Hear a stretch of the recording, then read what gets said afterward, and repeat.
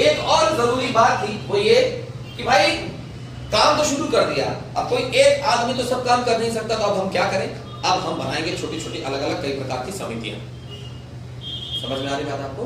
कई सारी समितियां हम बनाएंगे, उन समितियों का अपना अलग अलग काम होगा। जैसा कि कहीं कहीं हम सुनते हैं और बटोरे हुए नॉलेज के अकॉर्डिंग ऐसा कहते हैं लोग कि जितने भी समितियां बनी उनमें से लगभग सभी समितियां निरर्थक थी, कोई काम नहीं कर रही थी। यहां तक कि संविधान सभा की सबसे महत्वपूर्ण समिति जो प्रारूप समिति, ड्राफ्टिंग कमेटी है ना, मसौदा समिति भी बोलते हैं उसको, वो भी सारे के सारे सदस्य काम नहीं कर रहे थे, बल्कि काम करने वाला एक ही व्यक्ति था, डॉक्टर भीमराव अंबेडकर साहब, और उनके साथ में जो BN राव साहब थे, जो संविधान सभा की सलाहकार समिति के अध्यक्ष थे। ये दो लोग लाइमलाइट पे काम कर रहे थे, बहुत तेजी से लग गए, है ना। अब सही क्या है गलत क्या है नहीं मालूम, लेकिन जब आप संविधान में और इतिहास में इन समितियों के बारे में ढूंढने जाते हो तो आपको देखने भी फिर यही मिलता है कि बाकी की समितियों के बारे में इतनी बात हुई ही नहीं, मेंशन ही नहीं है, यही दो के बारे में ज्यादा बात है। तो इससे पता चलता है कि जो था वो लिख दिया गया, जब कुछ था ही नहीं। और कुछ क्यों नहीं था? क्योंकि आप पढ़ नहीं रहे थे, शायद मतलब पढ़ा नहीं रहे थे या करा नहीं रहे थे, कोई काम नहीं कर रहे थे, प्लान नहीं कर रहे थे, है ना। तो अपन को उस चीज से ज्यादा लेना देना नहीं है, अपन को ये जरूर पता चल जाता है कि ये दो ज्यादा इंपॉर्टेंट है। ठीक है, जब समितियों की बात करी तो कुछ समितियां जैसे कि बनी एक संघ संविधान समिति, फिर एक बनती है संघ शक्ति समिति।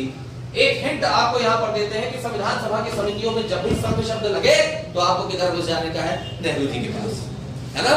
उदाहरण के लिए हम जब देखते हैं कि संघ जब भी बात करता है तो हर बात में नेहरू जी को जोड़ लिया जाता है। तो भैया वो उनकी अपनी चॉइस है, यहाँ अपन केवल रिलेशन के लिए आपको बता रहे हैं क्योंकि चीजें ठीक है। तो अरे हंसो मत, बहुत इंपॉर्टेंट है, आरएसएस जिंदाबाद। ठीक है, तो संघ शब्द आया और आपको नेहरू जी को उनके साथ बैठा देना है, समझ में आ रहा है ना। ठीक है, दूसरी तरफ एक और समिति, झंडा समिति। आपको भी मालूम है कि फहराता हुआ झंडा जो हमें स्वतंत्रता मिली है वो शहीदों की कृपा का प्रतीक है। जेबी कृपलानी झंडा समिति।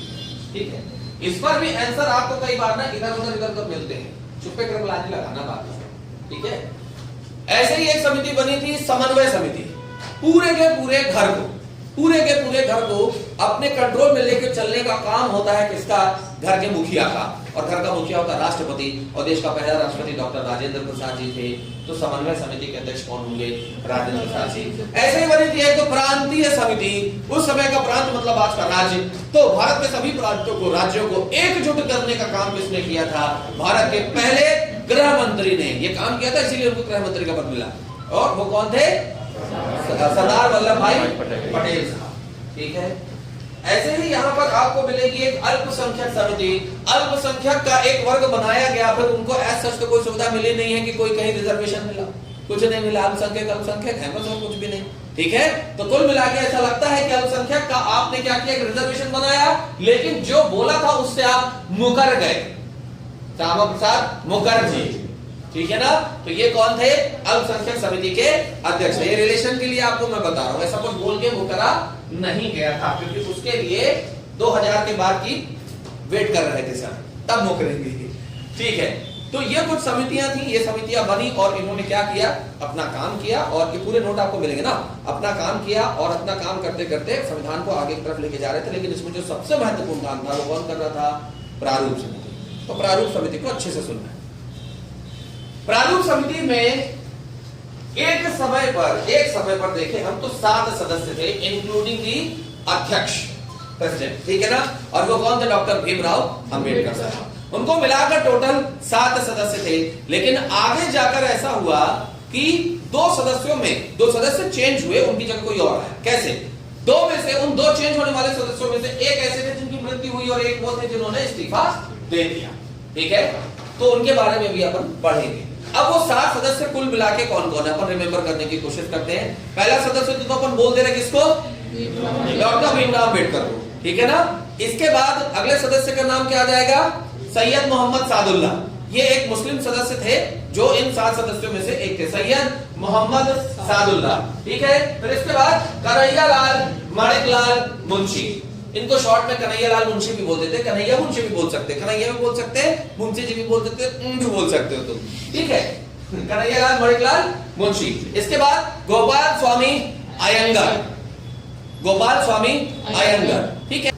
अल्लादी कृष्णा स्वामी, ये 7 नाम थे और इन 7 नामों में बाबा साहब, गोपाल स्वामी अयंगर, सैयद मोहम्मद सादुल्लाह, कन्हैयालाल मणिकलाल मुंशी, अल्लादी कृष्णा स्वामी और डीपी खेतान, ठीक है, और बीएल मित्र, ये लोग 6 और 7 नंबर पे डीपी खेतान और बीएल मित्र में से एक व्यक्ति जिसकी मृत्यु हुई तो रिप्लेस हुआ, एक व्यक्ति जिसने छोड़ दी जगह तो कोई दूसरा उसकी जगह पे आ गया।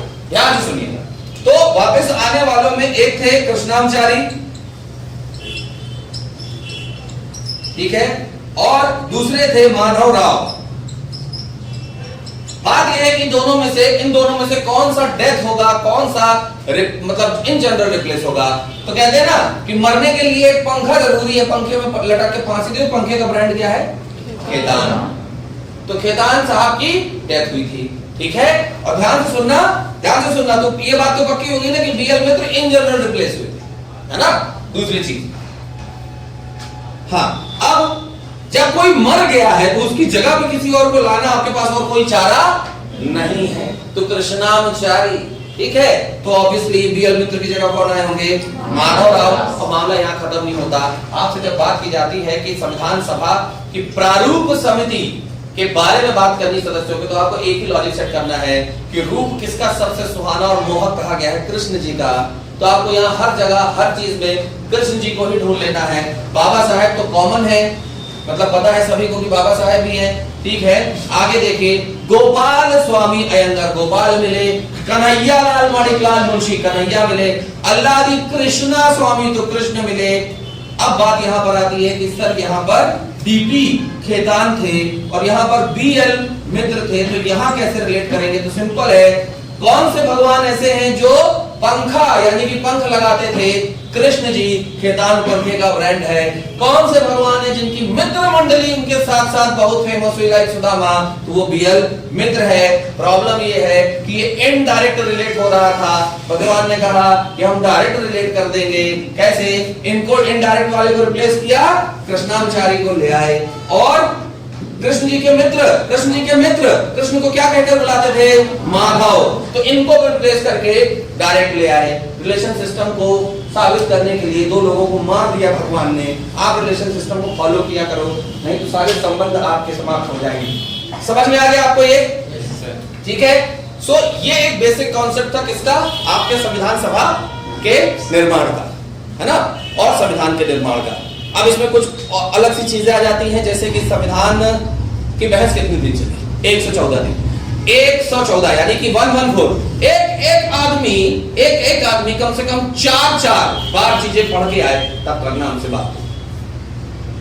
तो 114 आदमी ने बोलता ना, कम से कम 4 बार तो पढ़ो तब अच्छा होता है। तो 114 दिन बहस चली। बहस का मतलब झगड़ा झांसी नहीं जैसा आज होता है। बहस का मतलब होती है डिबेट, है ना, प्रश्न और उत्तर दोनों होते हैं, ठीक है। संविधान को बनने में कितना समय लगा? 2 वर्ष 11 माह 18 दिन।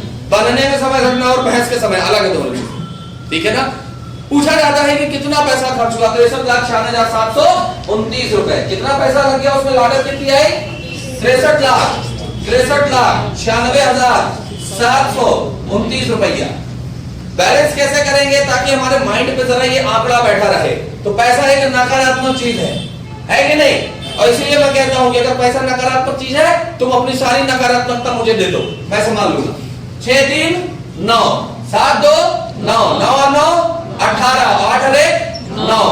और जैसे ही पैसे की बात आती है, ये वाला 9 पलट जाता है। तो इसका 9 तो 9 था, इसका 9 पलट गया तो 6। पैसे की बात तो हर कोई मुंह फेर लेता है।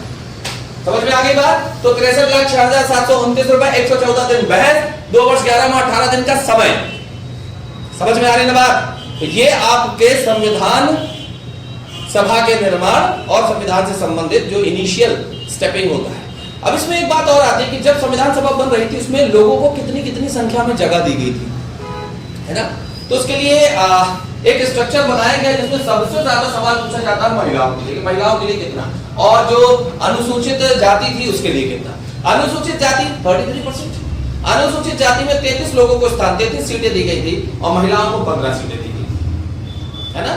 कितना?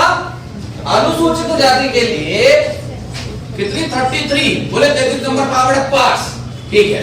और महिलाओं के लिए 15।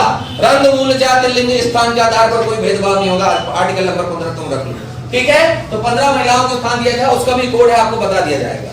फाइन। इसके बाद आती है बात सामान्य वर्ग की, जिसमें हिंदू को भी शामिल किया गया है, क्योंकि आप देखेंगे कि मुस्लिम के लिए, सिख के लिए अलग नाम दिया है, लेकिन हिंदू नहीं दिया गया, वहां सामान्य वर्ग बोला गया है। तो आप कभी कंफ्यूज ना हो, हिंदू अगर बोल रहा है तो वो हिंदू रिलीजन भी सामान्य के अंतर्गत ही आएगा, ठीक है। ये कितना है अपन बाद में देखते हैं, पहले बात करते हैं अपन मुस्लिम्स की। तो भैया मुस्लिम्स के लिए 79 सीट दी गई थी, ठीक है ना। उस समय के भारत में भी मुस्लिमों की नकारात्मक स्थिति, ऐसा हम रिलेट कर रहे हैं, ठीक है ना। हाँ 79 ऐसा रिलेट किया जा रहा है बस। और वैसे भी ये नंबर संसद का है, ठीक है। आगे चलते हैं। सिखों के लिए एक सिख सामान्य वर्ग के 4 लोगों के बराबर होता है। देखो सनी दिल उखाड़ लिया हैंड, समझ में आ रही बात? तो एक सिख 4 लोगों के बराबर होता है। तो इस सिख से हमको क्या सिख मिली? आई एम मेंटली सिख, ठीक है। नहीं, 4 सीटें उनको मिली, 79 उनको मिली, और सामान्य वर्गों को मिली थी 213। कितनी? 213। 213। कायदे से नंबर भी 1 2 3 में ही आ रहा है। कैसे आ रहा है ये? 1 2 3। लेकिन वो एक शब्द है जिसका नाम नहीं लिया गया, उसको बीच में घुसना जरूरी था, तो वो एक शब्द हट के बीच में घुस गया, ठीक है। हाँ, तो पर्दे में रहने दो, पर्दा ना रिकॉर्ड कराओ, है ना। पर्दा जो रिकॉर्ड हो गया तो पर्दा उठ जाएगा, ठीक है। तो ये 213 सामान्य वर्ग के लिए थी, और मुस्लिम के लिए 79, सिख के लिए 4 सीट, और महिलाओं के लिए 15। एससी या अनुसूचित जाति, जनजाति वाला मामला नहीं था। अनुसूचित जाति के लिए कितनी? 33, ठीक है।